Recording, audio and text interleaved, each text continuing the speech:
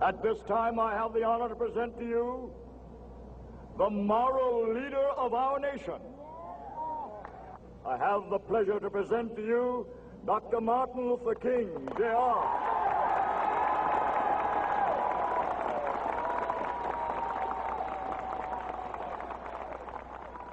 I am happy to join with you today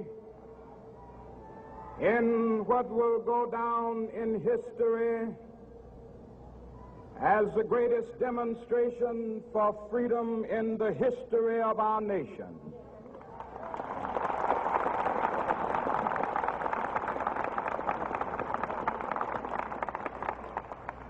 Five score years ago, a great American in whose symbolic shadow we stand today signed the Emancipation Proclamation. This momentous decree came as a great beacon light of hope to millions of Negro slaves who had been seared in the flames of withering injustice. It came as a joyous daybreak to end the long night of their captivity. But 100 years later, the Negro still is not free. 100 years later, the life of the Negro is still sadly crippled by the manacles of segregation and the chains of discrimination. 100 years later, the Negro lives on a lonely island of poverty in the midst of a vast ocean of material prosperity. 100 years later, the Negro is still languished in the corners of American society and finds himself in exile in his own land. And so we've come here today to dramatize a shameful condition. In a sense, we've come to our nation's capital to cash a check. When the architects of our republic wrote the magnificent words of the Constitution and the Declaration of Independence, they were signing a promissory note to which every American was to fall heir. This note was a promise that all men, yes, black men as well as white men, would be guaranteed the unalienable rights of life, liberty, and the pursuit of happiness. It is obvious today that America has defaulted on this promissory note insofar as her citizens of color are concerned.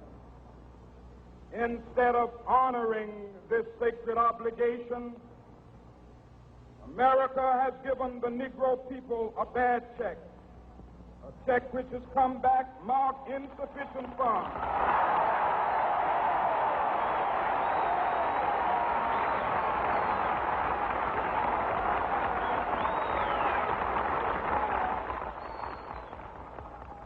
But we refuse to believe that the Bank of Justice is bankrupt. We refuse to believe that there are insufficient funds in the great vaults of opportunity of this nation. So we've come to cash this check, a check that will give us upon demand the riches of freedom and the security of justice.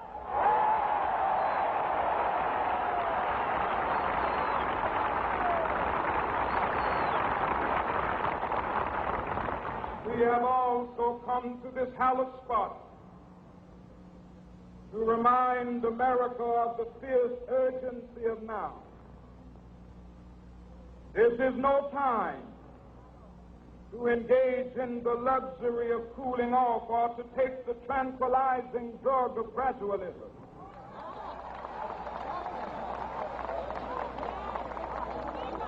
Now is the time to make real the promises of democracy. Now is the time to rise from the dark and desolate valley of segregation to the sunlit path of racial justice. Now is the time to lift our nation from the quicksands of racial injustice to the solid rock of brotherhood. Now is the time to make justice a reality for all of God's children. It would be fatal for the nation to overlook the urgency of the moment. This sweltering summit of the Negro's legitimate discontent will not pass until that is an invigorating autumn of freedom and equality. 1963 is not an end, but a beginning.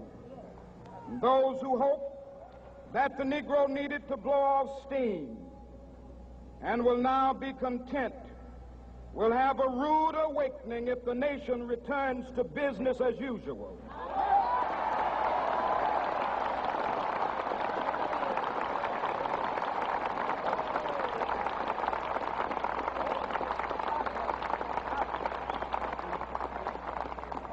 There will be neither rest nor tranquility in America until the Negro is granted his citizenship rights. The whirlwinds of revolt will continue to shake the foundations of our nation until the bright day of justice emerges.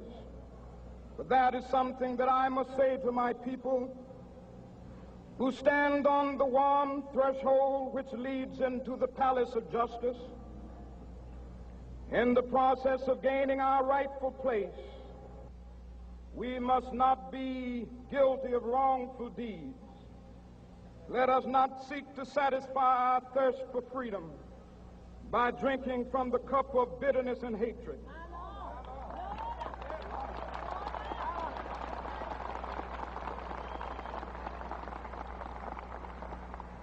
We must forever conduct our struggle on the high plane of dignity and discipline. We must not allow our creative protests to degenerate into physical violence.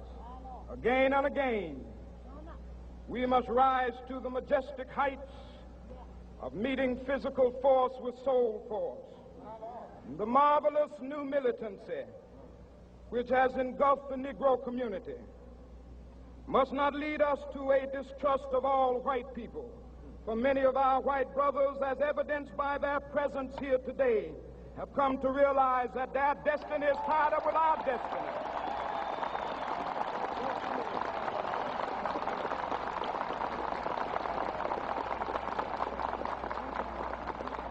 And they have come to realize that their freedom is inextricably bound to our freedom. We cannot walk alone. And as we walk, we must make the pledge that we shall always march ahead. We cannot turn back. There are those who are asking the devotees of civil rights, when will you be satisfied? We can never be satisfied as long as the Negro is the victim of the unspeakable horrors of police brutality. We can never be satisfied as long as our bodies, heavy with the fatigue of travel, cannot gain lodging in the motels of the highways and the hotels of the cities.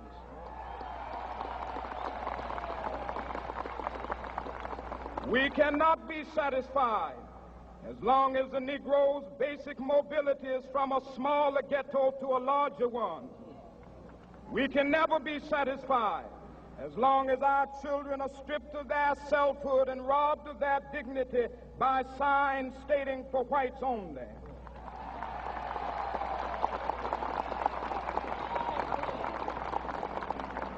We cannot be satisfied as long as a Negro in Mississippi cannot vote and a Negro in New York believes he has nothing for which to vote.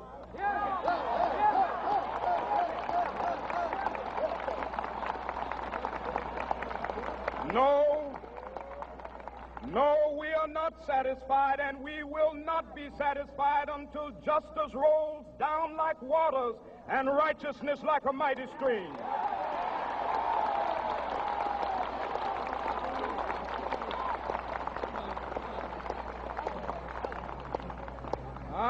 not unmindful that some of you have come here out of great trials and tribulations. Some of you have come fresh from narrow jail cells. Some of you have come from areas where your quest for freedom left you battered by the storms of persecution and staggered by the winds of police brutality. You have been the veterans of creative suffering. Continue to work with the faith that unearned suffering is redemptive. Go back to Mississippi. Go back to Alabama. Go back to South Carolina. Go back to Georgia. Go back to Louisiana. Go back to the slums and ghettos of our northern cities. Knowing that somehow this situation can and will be changed. Let us not wallow in the valley of despair. I say to you today, my friend,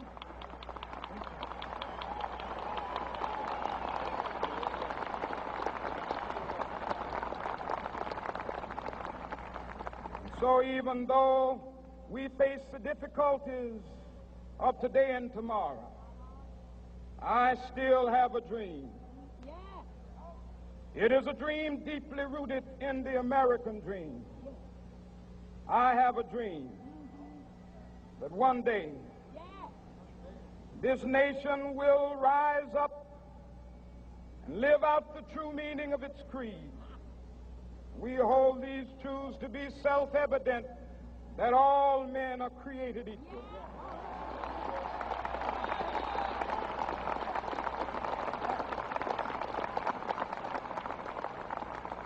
I have a dream that one day on the red hills of Georgia, the sons of former slaves and the sons of former slave owners will be able to sit down together at the table of brotherhood. I have a dream that one day, even the state of Mississippi, a state sweltering with the heat of injustice, sweltering with the heat of oppression, will be transformed into an oasis of freedom and justice. I have a dream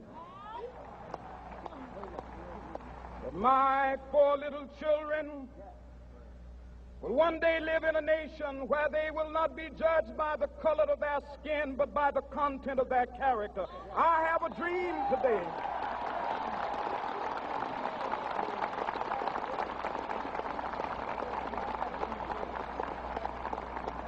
I have a dream that one day down in Alabama, with its vicious racists, with its governor having his lips dripping with the words of interposition and nullification, one day right there in Alabama, little black boys and black girls will be able to join hands with little white boys and white girls as sisters and brothers. I have a dream today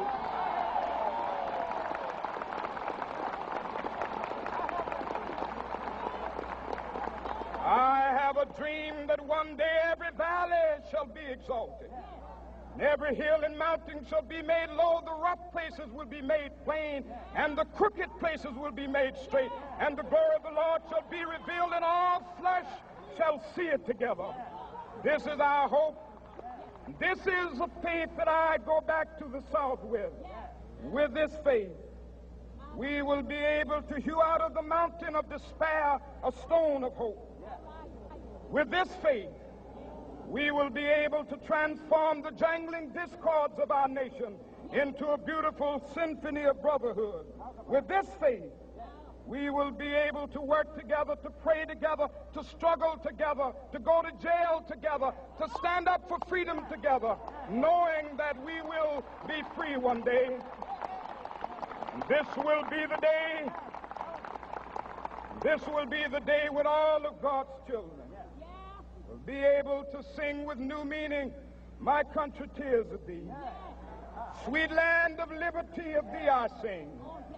Land where my fathers died, land of the pilgrim's pride. From every mountainside, Let freedom ring, and if America is to be a great nation, this must become true. And so let freedom ring from the prodigious hilltops of New Hampshire. Let freedom ring from the mighty mountains of New York. Let freedom ring from the heightening Alleghenies of Pennsylvania. Let freedom ring from the snow-capped Rockies of Colorado. Let freedom ring from the curvaceous slopes of California. But not only that, let freedom ring from Stone Mountain of Georgia. Let freedom ring from Lookout Mountain of Tennessee. Let freedom ring from every hill and molehill of Mississippi, from every mountainside. Let freedom ring, and when this happens,